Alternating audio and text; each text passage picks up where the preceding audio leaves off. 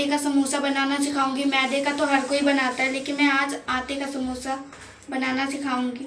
तो मैंने पहले आटा गूंदा, उसके अंदर नमक और रिफाइंड थोड़ा सा डाल दिया। अब मैंने उस आटे को रोटी जैसा बना लिया है। अब मैं इसको काटूंगी।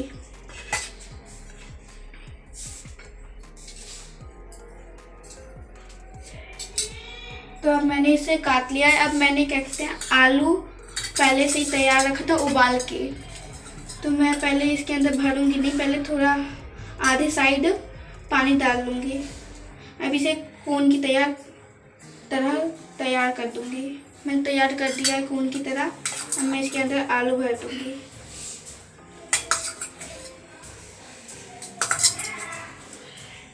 अब मैंने इसके अंदर आलू भर दिया है। अब मैं इसमें आधे साइड पानी लगा दूँगी। अब मैंने पानी लगा दिया है। अब इसे बंद कर दूँगी। अब मैंने इसे बंद कर दिया। देखिए मेरा समोसा तैयार हो गया। अब मैं इसे रिफाइंड के अंदर छानूंगी।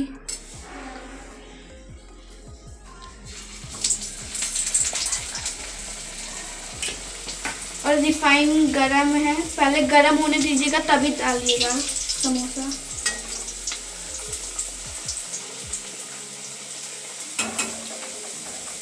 तो ये अभी तैयार हो रहा है समोसा।